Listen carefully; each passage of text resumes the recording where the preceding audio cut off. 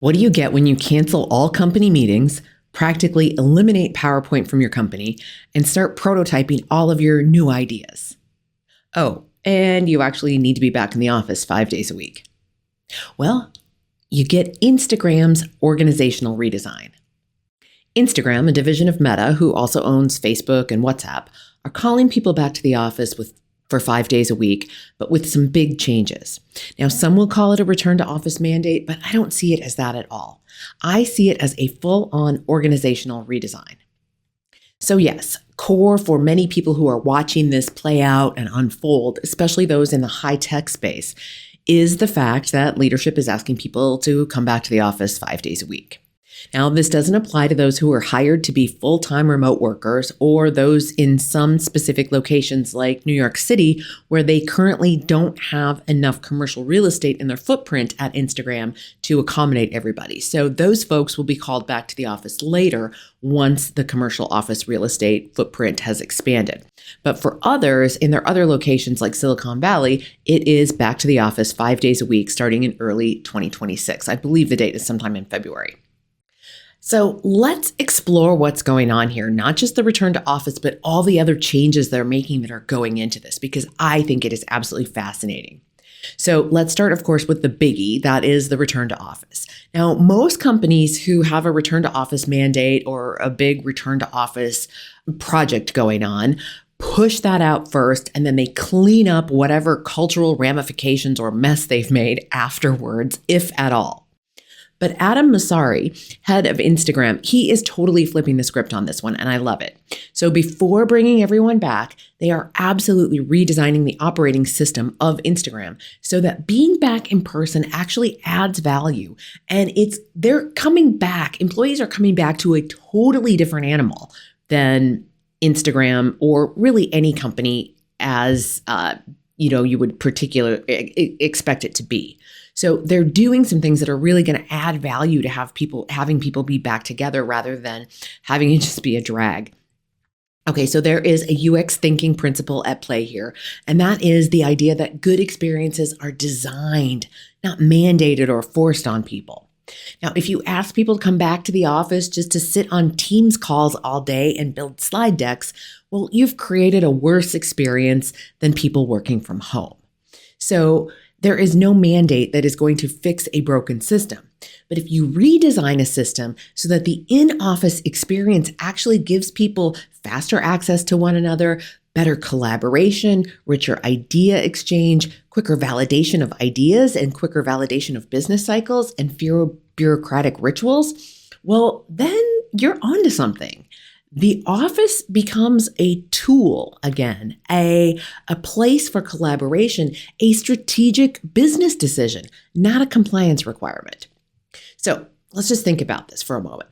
Instagram may have accidentally stumbled onto a fantastic secret.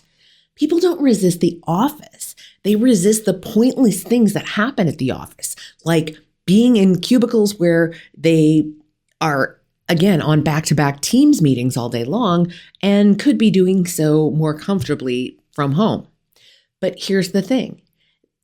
They're bringing people back in a way that changes the organizational culture and changes the expectations of how people work together. So there's this just a number of different things that they are going to be rolling out, which absolutely is going to make return to office a completely different experience. It's not just about the physical space. So let's get into what some of those specific changes are that they are rolling out along with coming back to the office. Because again, this is what makes me think of it as a total redesign, not just a return to office mandate. So the first thing they're doing is they are eliminating meetings. And you've probably heard me talk on this podcast about meetings and about how when they are not well executed, they are a colossal waste of time. Most organizations equate collaboration with meetings. But when we put a UX thinking lens on this and we think about the users who are in the meetings, like the participants in the meetings, We know that simply being in a meeting together does not necessarily make for good collaboration. Meetings often represent high cost, low yield activity where there is a lot of cognitive switching, especially for those who have back-to-back meetings all day. It's 30 minutes on this topic, then 90 minutes on this topic, then 60 minutes on this topic, and then another 30 and 30 and 30 on other topics. And you're switching constantly back and forth between different topics, different people in the room, and it's just not a good use of people's time. So removing meetings, as Instagram is doing, isn't about less communication. It's about designing better experiences for their employees. So here's what they're doing. They're saying all standing meetings are being canceled. And they're saying one-on-one meetings with your supervisor or your manager should happen every other week. So at that cadence. Again, if you've been a longtime listener of this podcast, you've heard me talk about meetings on the podcast before. In fact, in episode 167, and we'll link that and the other episodes I've done recently on meetings. We'll link those up in the show notes. And you can find the show notes for this episode at janelleanderson.com/246 for episode 246. But in episode 167, I talked about a study that showed that 60% of work is about the work. Now, of course, there are times when project managers are going to hold project management meetings about the project. That would be an example of work about the work. And that's okay from time to time, but we can't have 60% of our work being about the work because then there's no time to actually get the work done. Now, where does most of that extraneous work happen when we're doing 60% of our work about the work? Well, in meetings. So of course, I'm all in favor of removing meetings and for the ones that are kept, training meeting facilitators on how to run meetings. This is one of the things that I do in my business is I train people on how to run an effective meeting. And no one teaches you that in school, whether that is in an undergrad technology program or even in a master's level program. Nobody teaches how to run effective meetings. So that session that I do on meetings, it's a half-day training in most cases. We can do it in less time. We can do it in more time, depending on what the organizational needs are.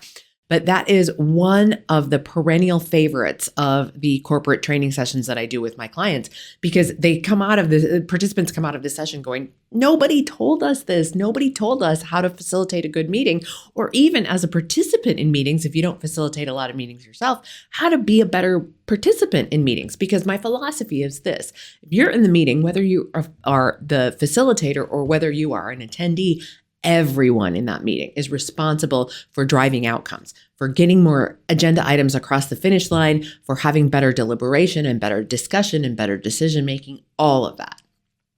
Okay, so again, what Instagram is doing is as they bring people back in February, they're saying all standing meetings are off the calendar. We're only bringing back the ones that are absolutely necessary, and you need to have a business case for why you're bringing people together to have a meeting. Now, of course, one-on-ones are not part of that. You still get to have one-on-ones, and you should have one-on-ones with your manager.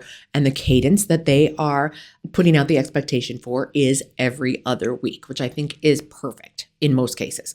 Sometimes if you have a brand new employee, they might need to meet with you once a week just until they come up to speed, learn the ropes, whatever metaphor you like for that.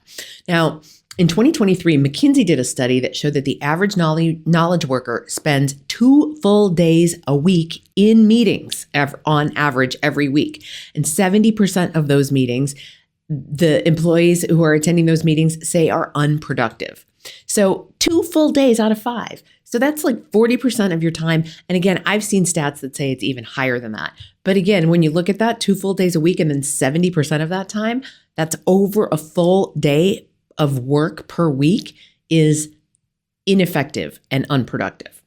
So this internal redesign at Instagram signals a reclaiming of time for creative problem solving, for focus work, for really getting the work done instead of meeting for meeting's sake. Okay, now the second big change that they're making is they are, by and large, eliminating PowerPoint. Now, PowerPoint can be a very effective business tool, but too often it is used internally as a polished artifact within an organization that really discourages conversation. Now, you have probably heard people say, and maybe you've even said this yourself, oh, I just got to polish up this PowerPoint. I've got to polish up my slide deck. So eliminating PowerPoint helps eliminate some of the organizational sludge that happens in organizations, whether you're working from home, working from the office, or in a hybrid work environment. So I just love that they're doing this and doing it in conjunction with bringing people back into the office, because making some of these bigger, more radical changes along with the return to office signals, hey, this is not business as usual. We are not going back to the way things were. We are creating a new kind of workspace where we can work better together. Now, PowerPoint, again, is less often about clarity and more often a performative act, the ritual of looking polished, prepared, and buttoned up, and spending all this time making your slide deck look perfect. And when slide decks look perfect, well, the whole enterprise of doing that encourages people to craft this story around their project or their idea where they are over editing and adding on these bells and whistles and creating the illusion of alignment with their coworkers and with their business sponsors and so on, instead of actually creating alignment. Because how we create alignment is through deliberation, through poking holes in each other's ideas and really exposing faults in design. That's when work really happens. When we're overusing PowerPoint, that's where we start getting work about the work. Because again, imagine if you are a person who, and I know somebody who has to do this all the time, not at Instagram, in fact, not even at a high-tech company, but this person has to very regularly present in meetings to their superiors. And as this person tells me, they need to polish their deck. They need to polish their deck, and their deck needs to be bulletproof because they know that when they get into that meeting, their boss and their other superiors in this meeting are going to try to poke holes in the deck. Now, that's a cultural norm where my deck has to look perfect because I don't want people poking holes in it. And that, and that just kills productivity. It kills productivity because you're spending an inordinate amount of time making this deck look super polished so that there's no holes to poke into it. But then the other thing that it does is it eliminates this whole idea of deliberation and improving upon things. And, when you kill PowerPoint, you kill off like hours per week of polishing one's deck. You kill off endless revisions to formatting. Now, these are good kills, right? These are good things because we're eliminating these things. It eliminates endless revisions and all this time spent formatting. It eliminates debates and decisions about colors and formatting and slide order. Because again, going back to my friend whose boss often wants to see the deck before it gets presented by my friend at this meeting. And again, there's all this back and forth about polishing the deck. It eliminates hours and hours of preparation for the meeting rather than thinking strategically about what might happen in the meeting and how to drive a good conversation in that meeting. So you get an instant productivity dividend by taking PowerPoint off the table. And again, PowerPoints are also going to structure information in this linear side-by-side sequence, which sounds nice and tidy, but ironically, it constrains thinking, it hides complexity, and it really reduces the depth at which we discuss topics in meetings when they're driven by PowerPoint. So it also forces better thinking. So this is the flip side. We just talked about all the cons of PowerPoint and how taking those off the table buys us back productivity, but it also forces better thinking because you can't hide behind pretty slides. So PowerPoint often lets weak ideas skate by because the deck looks so good, because you've done all that polish. So no slides, no hiding. Without the crutch of graphics and animations and beautiful slides, people have to actually clarify the idea. They have to simplify the argument. They have to articulate the value of their ideas with their words, not with their pictures. So again, I love that Instagram is taking PowerPoint for the most part off the table. Now, they're not saying you can never use it as a business tool. They're just saying it should not be the default business tool for every meeting. Now, again, a lot of those meetings are going off the table, but you could still send a pretty slide deck to all your colleagues in place of a meeting. But they're saying no pretty slide deck. You have to articulate the value of the thing, the idea, whatever it is that you're bringing to the table. So In so doing, Instagram is really rejecting this whole tyranny of performative alignment through a pretty slide deck in favor of collaborative decision making and just making things in general, which leads me to their third big change, which is they want massively more prototyping happening inside the company. Now, so if you're not allowed to make a slide deck, what's your next best option? Well, make something that's real or real-ish. So a sketch, a wireframe, a rough mock-up, again, a prototype, and they want lots and lots of prototypes. A user flow, so boxes and arrows diagrams that show how a user might walk through a new feature. A scenario, a user story, a script, a storyboard, again, sort of a comic book type structure of how a user is going to walk through using a product, using a new feature, that sort of thing. And there's a huge, this is UX thinking writ large, underscoring all of this. So this is all about show, don't tell.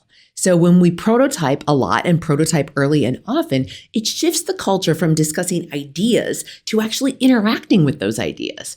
Now, research from the company IDEO and also from Stanford's D School, that is their design school at Stanford, show that even crude prototypes increase engagement and they surface hidden assumptions that people have about how their idea might work. It also creates shared understanding dramatically faster than a simple slide deck. So again, we're going to prototype those things out. We're going to interact with them. We're going to find out where they don't work. We're going to find out the friction points. We're going to find out what does work. And then we're going to be able to take a new idea, a new product feature, a new product entirely to market way, way faster.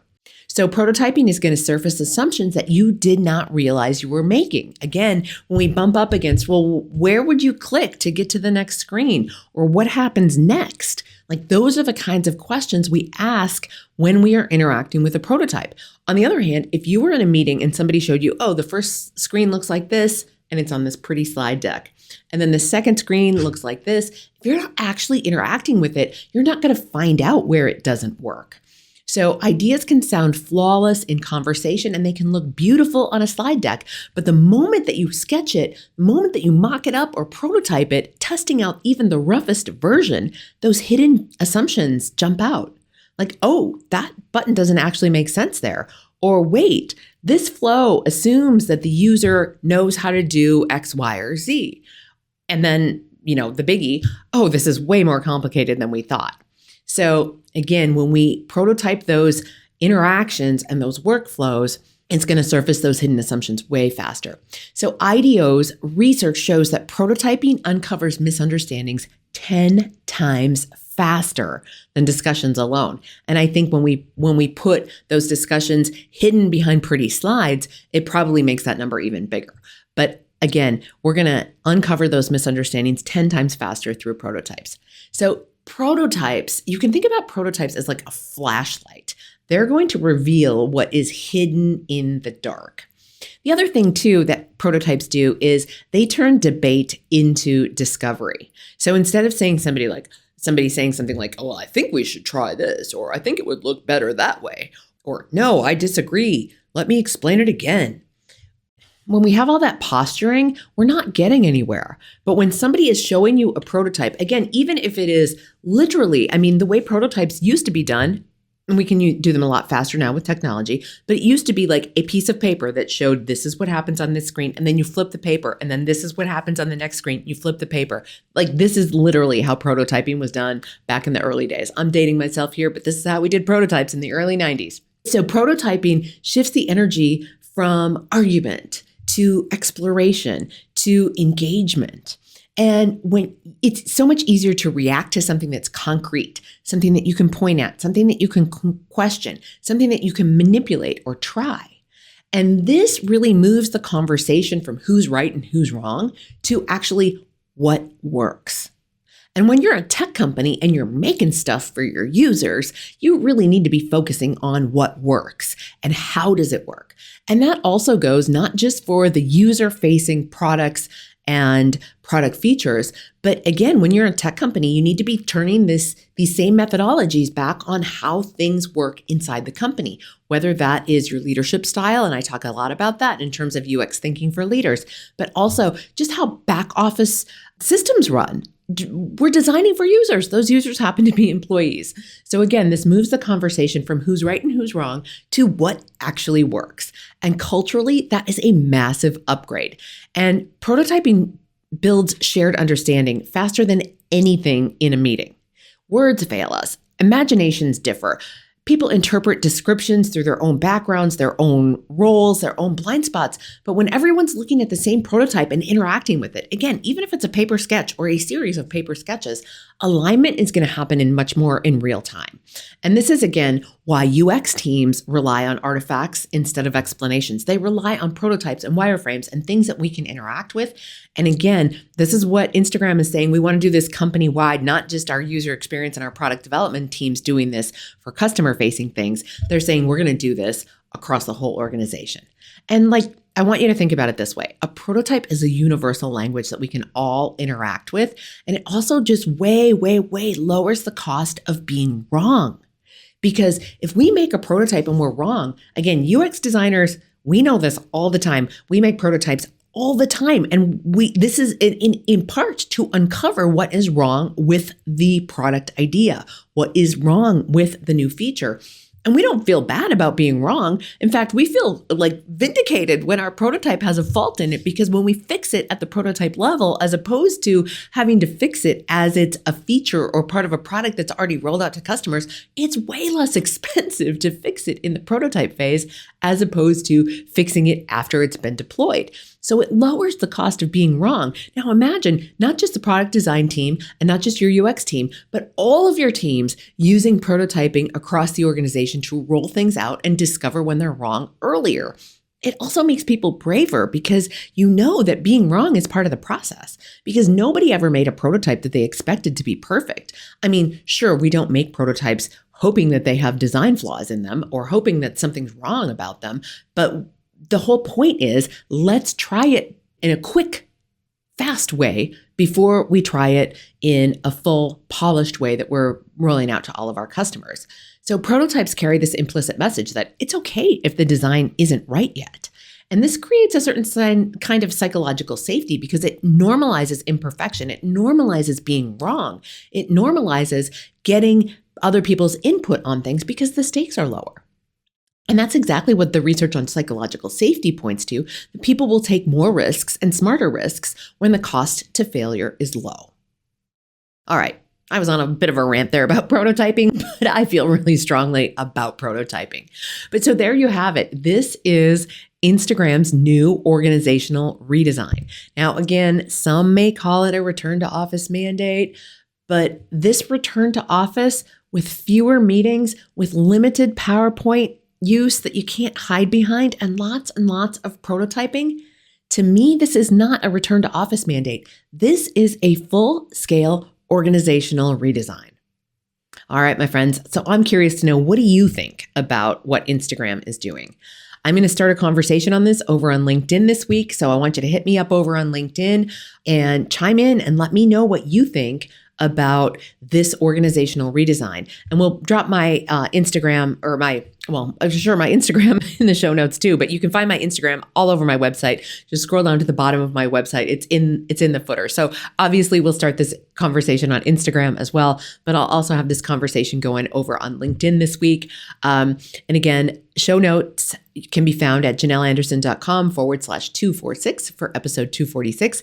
I can't wait to see what you think about this organizational redesign. And for those of you who are in leadership positions and are bringing people back to the office, and I don't care if you already brought them back, you're thinking about bringing them back, or you're just staying hybrid, I bet there are one or two or maybe all three ideas that Instagram is putting in place, whether it is fewer meetings, less reliance on PowerPoint, and more reliance on prototyping. I bet there's one of those ideas or more that you can start to play with and put in play in your organization. And I challenge you to do that. If you need any help with that, of course, you can always hit me up, use the contact form on my website, and I will reach back out to you and we will put something together.